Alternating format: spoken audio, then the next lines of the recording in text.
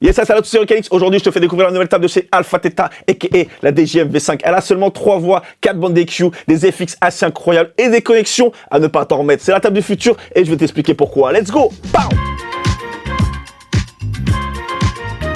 Yes, installe-toi, mets la vidéo en 4K car aujourd'hui, en exclusivité totale, on va découvrir ensemble la nouvelle table de chez Alpha Theta, a.k.a. la DJM V5.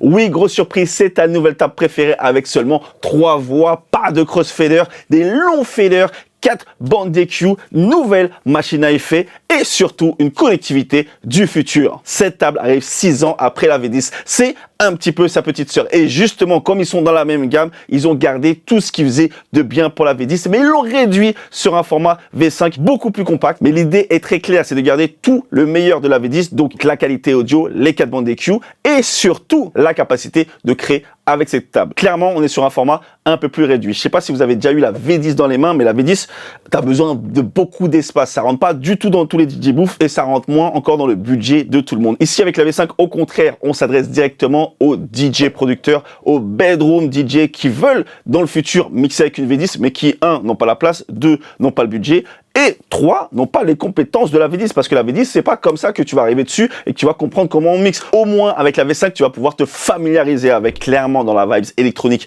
avec celle-là. Donc, si tu es un DJ qui mixe de la house, de la deep, de la trance, de la techno, cette table peut complètement être fait pour toi. Et pour les autres qui sont un peu plus open format, ou plus hip-hop, ou plus autres, regardez comment elle fonctionne, parce que ça va vous donner des idées de comment on pourrait utiliser sur notre table un autre avantage. Clairement, je vais pas vous mentir, quand on m'a dit qu'il y avait cette table qui arrivait, je me suis dit, je sais pas si je vais faire la review. Mais quand je l'ai eu et que j'ai commencé à mixer avec, j'ai compris le pourquoi du comment. Donc, obligé de vous la présenter. Cette table, elle est complètement unique et je pense que c'est le début des prochaines tables que Alpha Theta va nous sortir. Dans cette vidéo, je vais vous expliquer qu'est-ce qui fait la V5 de si unique. Les FX qui ont changé de position, qui sont passés à gauche, et notamment les scènes FX, vous allez voir, c'est une dinguerie. C'est ce qui m'a fait changer d'avis sur la table. L'ultra connectivité avec le multi-IO et l'intégration du SoundLink. Oui, la possibilité d'avoir le casque sans fil. C'est la première fois qu'une table intègre cette fonctionnalité. On a un nouveau filtre, vous allez m'en dire des nouvelles, et pas mal de petits détails que je vais étoffer durant cette vidéo. Donc, très important de suivre jusqu'à la fin. Pour ceux qui ne me connaissent pas, moi je suis Hurricanix, DJ et producteur. Ça fait un moment qu'on fait des vidéos sur YouTube. Si tu aimes le DJing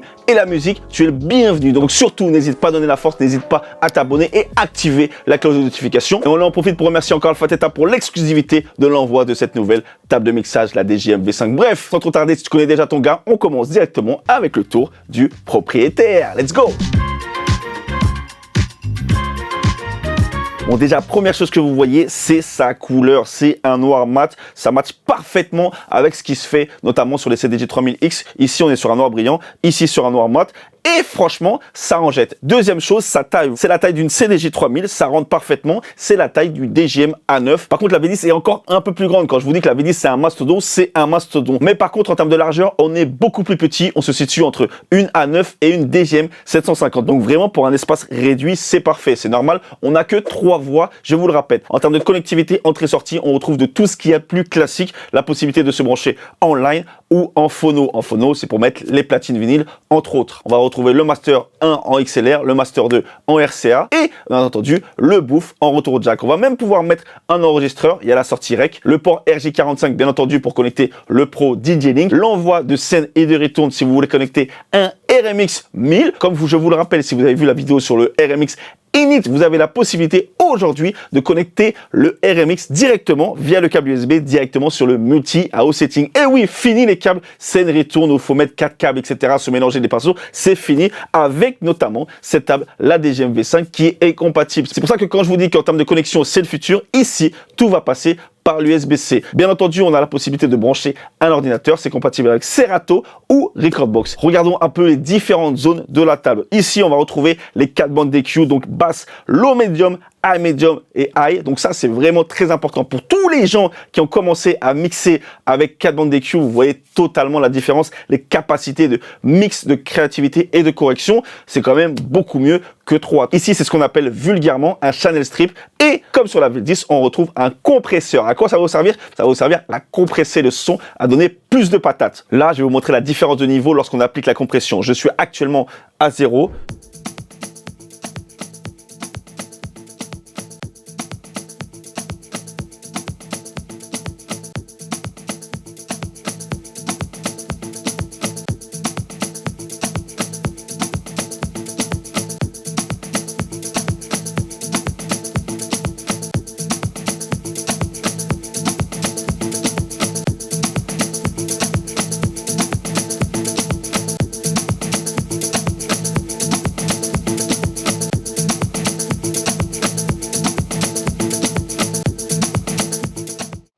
ça, c'est vraiment un outil incroyable. La compression permet de réduire le son le plus bas avec le son le plus haut pour stacker, pour pouvoir apporter plus de dynamisme. Bon, ça écrase le son si vous en mettez trop, mais par contre, ça va vous permettre d'avoir du niveau et d'avoir du volume sans avoir à toucher le trim. Par contre, si vous faites ça avec des sons du YouTube 128 kbps et que vous allez mettre de la compression, vous allez avoir que des aigus, vous allez vous rendre compte que la qualité, c'est important. Vous l'avez vu, la section effets est complètement déplacée, elle se retrouve complètement à gauche. Au début, c'est un peu bizarre, mais on s'y fait très très rapidement, contrairement sur l'étape classique où on va retrouver l'écran et tous les paramètres à droite. Ici, c'est à gauche et vous allez voir, je vais vous expliquer le pourquoi en détail. Dans le suite de la vidéo, on va parler des filtres et du scène qui est hors norme juste après. Pour régler le Q, au lieu d'être à gauche, on retrouve la section headphone, la section casque, justement à droite. Petite nouveauté, au lieu d'avoir un bouton pour le Link Q, on retrouve un bouton rotatif. Et ça fait quand même la différence pour ceux qui utilisent le Pro DJ Link, qui utilisent les Link Q. Et juste en dessous, on retrouve le Sonic Link, oui, la première table qui va permettre de pouvoir se synchroniser avec le casque sans fil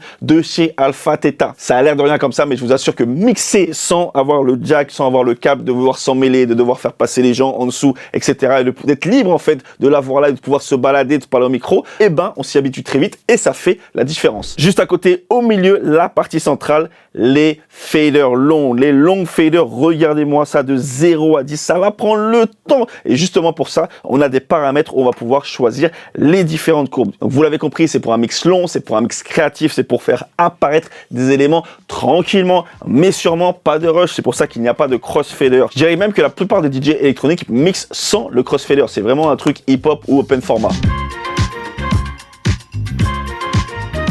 Là, on arrive sur les fonctions les plus importantes de la DJM V5, les scènes FX. L'idée, c'est pas juste de mettre un effet, c'est élargir l'espace, c'est jouer, c'est pouvoir faire des transitions, c'est pouvoir donner du caractère au son grâce au Sound FX. Donc le Sound FX, c'est vraiment tout ça. Et vous regardez, on a la possibilité de le contrôler individuellement sur chaque piste, sur les 3 pistes de la table. Et qu'est-ce que ça veut dire? Ça veut dire qu'on va pouvoir gérer le niveau des effets séparément en fonction de chaque piste. Et ça fait plaisir. C'est pour ça qu'on n'a pas d'effet sur le master. Donc ici, tu as 6 effets: short delay, reverb, shimmer, type echo, ping-pong et echo-verb. Bien entendu, tu as l'écran pour pouvoir t'en contrôler, avoir le BPM qui est synchronisé directement en master avec les platines. Et juste en bas, on retrouve le time, donc la durée de l'effet. Et juste en dessous, on va trouver le rotatif pour le size et le feedback. Et juste en dessous, les paramètres. En fonction des effets que vous avez choisis, la configuration est différente. Je vais vous en faire écouter quelques-uns, bien entendu. Grosse mise à jour, grosse update. Ici, pour régler le volume, c'est pas un bouton rotatif. Non, non, non. C'est un fader qui va de 0 à 100. Et vous voyez qu'il nous reste un petit peu de gap qui peut aller jusqu'à 130% de l'effet. Donc vraiment, si vous voulez créer des choses et encore plus pousser, donc vous l'avez compris, vous avez la possibilité de régler le volume général de l'effet ici, plus l'intensité de l'envoi sur chaque piste. Donc ça, c'est quand même du super contrôle. On y va étape par étape. Grosse particularité ici, regardez sur les scènes. Ici, on a le type echo, le ping-pong et l'écho-verb qui sont dans le screen, qui sont intégrés avec le screen. Pourquoi? Parce que eux, ils dépendent du BPM. Par contre, pour le short delay, la reverb et le shimmer, ça dépend de quoi? Ça dépend des réglages que vous allez gérer directement avec le bouton du size et du paraméteur. D'ailleurs, ici, vous allez découvrir des nouveaux effets qui n'ont jamais été rajoutés ailleurs, notamment le shimmer, le type echo, le ping-pong qu'on retrouve maintenant sur les nouvelles tables, bien entendu, et surtout l'écho-verb qui mélange l'écho et la reverb. L'écho-verb, c'est facile. Et vous allez voir, il fait plaisir. Écoutez. Donc là, j'ai le son qui joue et je vais commencer à monter le scène afin d'envoyer la piste dans l'effet.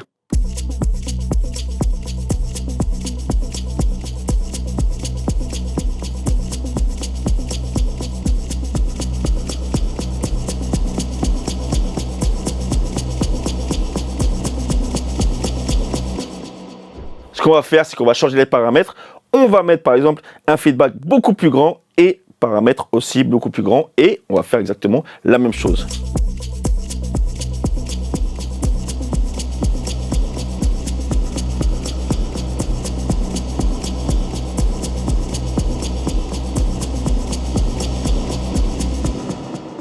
Là, donc l'écho et la reverb sont synchronisés directement sur le BPM. Je vous fais la même chose juste avec la reverb qui, encore une fois, est indépendante. Je remets les paramètres au milieu. Hop.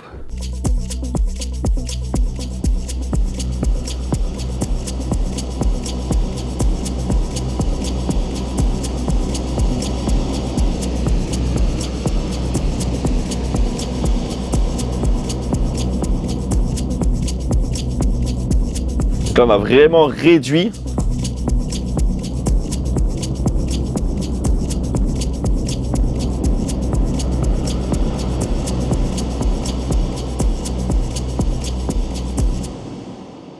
On va écouter le Shimer. Le Shimer, ça va vous permettre de faire shiner, de rendre de la brillance dans le son.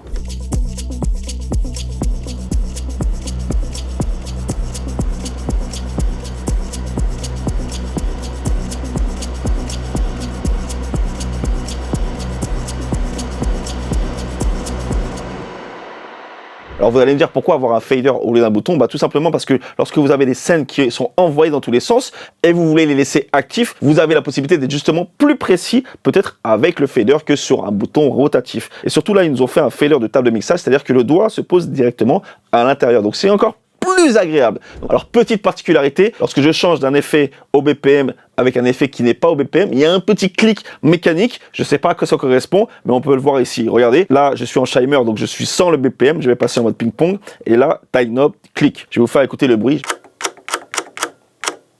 Dites-moi en commentaire, à votre avis, qu'est-ce que ça signifie? Deuxième partie FX, c'est les filters. Oui, le filtre, ici, on retrouve 3 filtres. Contrairement au classique low pass et high pass, ici, ils ont rajouté le XPF qui va changer le game. Ça va garder, en fait, le milieu. Ça va faire un low pass, un high pass et ça va garder le milieu. Bien entendu, je vais vous faire écouter. Le low pass, tu enlèves les hauts, donc tu gardes que le bas des fréquences. Et le high pass, c'est l'inverse. Et ça, vous connaissez, on en a un sur chaque piste, plus le master qu'on va pouvoir directement filtrer. Et oui, et ça c'est quand même super cool, surtout lorsqu'on envoie plusieurs sources en même temps. Ici on a le paramètre de résonance qui va vous permettre d'accentuer le filtre ou non. Bon, démo, on y va.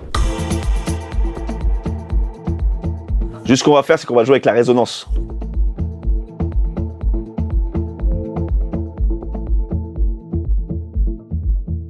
Sans la résonance, avec.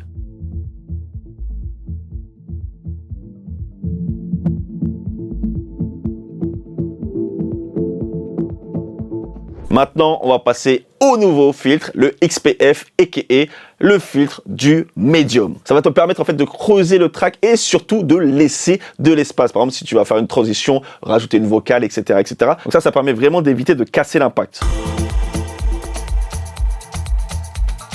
On a toujours la rythmique. Contrairement au low pass.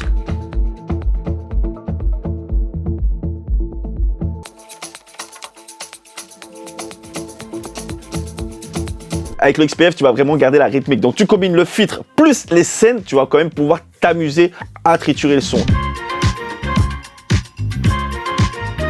Voilà pour le gros de la DJM V5. Voilà en tout cas ce qui m'a plu sur la DJM V5 et qui fait que je me dis que c'est une table assez unique. Un, par la connectivité, tu l'as compris, entre le multi-IO qui se branche directement en USB-C avec le RMX Init, ça fait un combo assez incroyable. Bien entendu, l'intégration du Sonic Link pour avoir des écouteurs sans fil. Donc ça veut dire que potentiellement, il y a d'autres tables qui vont arriver comme ça. Il y a encore du développement à faire avec Sonic Link. De toute façon, on a vu d'autres marques aussi arriver avec du casque wireless. Donc ça, c'est vraiment un signe et un move vers le futur. On retrouve bien entendu les scènes. Donc les scènes, c'est vraiment quelque chose d'à part entière qu'il faut comprendre à maîtriser. Je pense que tous les producteurs vont vraiment apprécier cette table, notamment pour la notion des scènes. C'est vraiment une notion qu'il faut capter et quand tu fais de la prod, en général, tu utilises beaucoup les scènes pour envoyer un petit peu de reverb, un petit peu d'écho. T'en mets parcimonie par-ci, par-là. Bref, c'est quelque chose que tu as l'habitude d'utiliser, soit sur les pistes, soit sur des groupes de pistes. On s'égare un petit peu, mais je pense que les producteurs me comprennent. La fonction avec le compresseur au-dessus, ça aussi, c'est une dinguerie pour les vinyles, pour faire du sampling. T'imagines, là, tu fais du sampling